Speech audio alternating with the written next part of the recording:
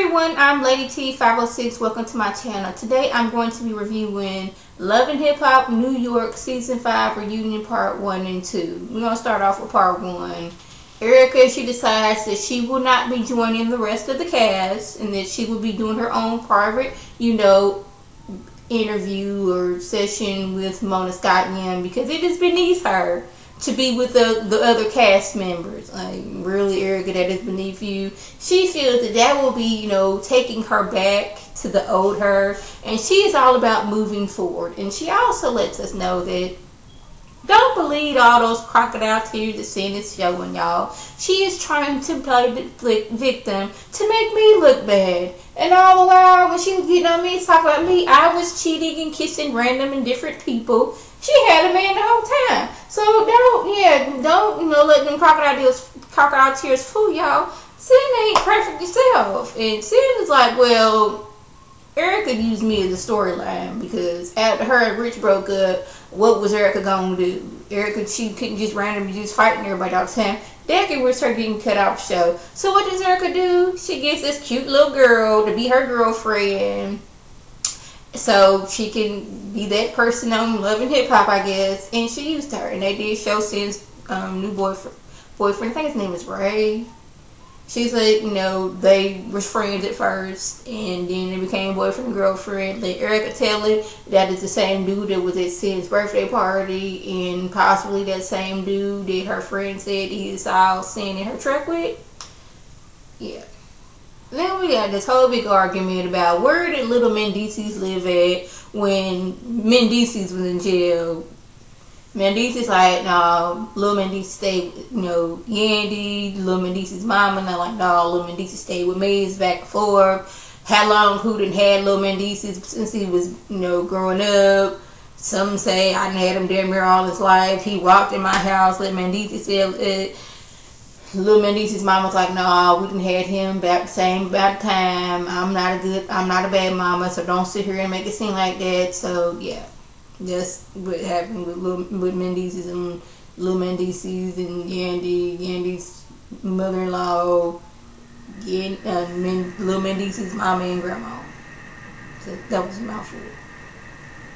So we get to Johnny Blaze. The host wants to know, why did you, ride or die for Rich like that? She's like, well, look, my boyfriend died. I was in a vulnerable place in my life at that time.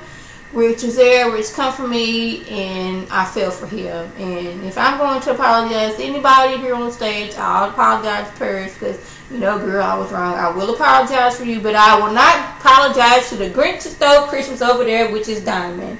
Next thing you know, Johnny and Diamond is arguing. Johnny telling Diamond she need to go back to LA with her dog daughter, saying how her daddy was a crackhead. Diamond's like, yeah, my daddy was a crackhead, and everybody know that. That ain't hurt me. I wasn't a crackhead. Now you see, Johnny is the kind of person, when she mad, she gonna talk about everybody in your family. No one is exempt from her. And as crazy as it was, minus, Johnny wanting to fight all the time, the stuff Johnny says just was hilarious to me, and it was a good comic relief for what was going on. Like, Johnny, she just kept on coming at it anywhere, just saying just all kind of random funny stuff, and had me over here just as tickle pink. So now we are reliving the tragic relationship, which was Diamond and Cisco, and like, they were both wrong in the situation. One point, her mama was like, my daughter never called her daughter a dog. And Diamond was like, yeah, I had to sit back and rethink. I was like, dang, did I call my daughter a dog? I didn't call my daughter a dog. Now, I don't know if she meant at that instance when her and Rich were talking, when she was like, I have a daughter, a human. Was she talking about them? Because I clearly remember her saying that when she'd be on the phone with Cisco and her daughter would be in the background doing whatever, she'd be like, that's her dog. So I don't know if she's saying I have never in life called my daughter a dog or at that moment in time, but I clearly distinctly remember her saying that. And I know I'm not the only one, because collectively other people's reviews I've heard mentioned the fact that she had called her daughter a dog. And then she gets on like somebody asked her a question like, "How you gonna leave your daughter to go to New York with some man?" And she was like, "Well, I didn't just leave my daughter. I saw my daughter twice a month." Well, I guess that makes her mother of the year if she went and did that. She's like, "I am a good mother. I saw my daughter twice a month." And then we get on to, did Rich and Diamond actually do anything in the restroom? Well, they show like a little clip, which is leading into the next part 2, and like they go to the bathroom. She's talking about some take the mics off, but apparently they were still running. She's asking, does he know what to do? He's like, well, if there was that much talking, obviously wasn't nothing going on in there. They both deny it, and here go doggo Johnny over there. She's like, I know that girl did something, because I know I was on my knees all the time doing something, so I know she was over there doing some freaky stuff with him. I'm like, really? Johnny, really?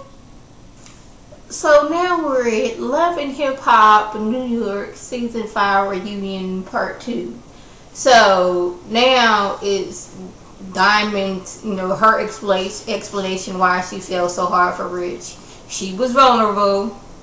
She just got dumped. Rich showed her kindness and she clung on to him. I guess her thinking was, he was being nice to me, therefore he must like me, therefore I'm not crazy in this situation. We go together, but he's on this, I may have sex with you, but us going together, we not doing that. So yeah, you gonna have to think of something else, because us going together is not really it.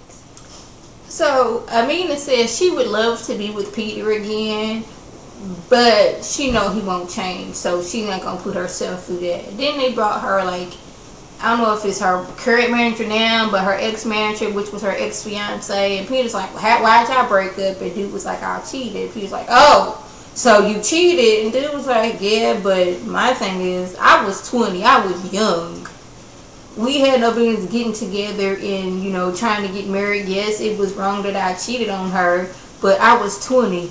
Dude, you 50 and you somebody's granddaddy, so don't compare us to, I was young and immature, you old and got several kids and grandkids, so don't compare our situations like that.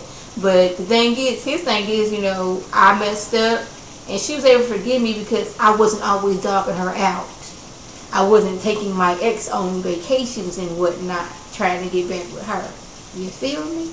He didn't say that, but I'm like, the way he looking at Peter yeah, we both have cheated, but I was young at the time and, immature. I was only 20, you 50, you somebody's granddaddy, so don't, compare the two. So, yeah. So, Yandy explains to us why this whole situation with Remy seems staged. After a whole bunch of pictures of, her and Remy, started, popping up everywhere on Instagram and whatnot. And she was like, I met Remy years ago at an event I was at. I'm not sure if she met her somewhere, but then next thing, Remy kept on popping up everywhere. Remy popping up at church, Remy popping up at her son's birthday, Remy popping up at different events she was in. Came to the point where it's creepy, and then next thing you know, Remy tried to dress like her. Had the same color hair, same outfit, same shoes, same bracelet. It's that's when the point it got creepy, and that's what she didn't really like about the situation. And she just wished Mendici had been on her side. And all this time this is going on, Remy, I don't know what it was about her hair. It seemed like it was too much.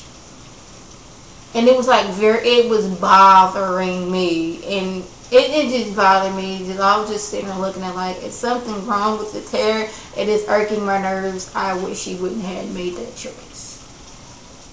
So yeah, that was basically it. Oh yeah, Erica Mena, she will no longer be on Love and Hip Hop New York. She's not saying she's no longer doing reality, but her time on Love and Hip Hop New York has come to an end. It has opened up doors for her. What else? If she hadn't been on Love and Hip Hop, she don't know where her life would have been. So yeah, so she's all about moving forward and getting married. So yeah, and then they had this whole who's the biggest creep, and I think it would be Peter. But somehow the consensus is that Rich is the biggest creep. Then you got Peter, and then you got Cisco. At one point, Erica was going on talking bad about Chrissy. It was just a whole bunch of mess. But that was basically what happened. So if I left anything out, by all means, leave a comment or a video response. And like always, I want to thank my subscribers and the people who watch my videos. I want you to like this video, comment, and subscribe. And share this video with your friends on Facebook, Twitter, YouTube, and Instagram. This is Lady T signing off. Have a good one. And I want to apologize. It is raining like cats, dogs, monkeys, squirrels, and kangaroos outside. So if my light is bad, I apologize.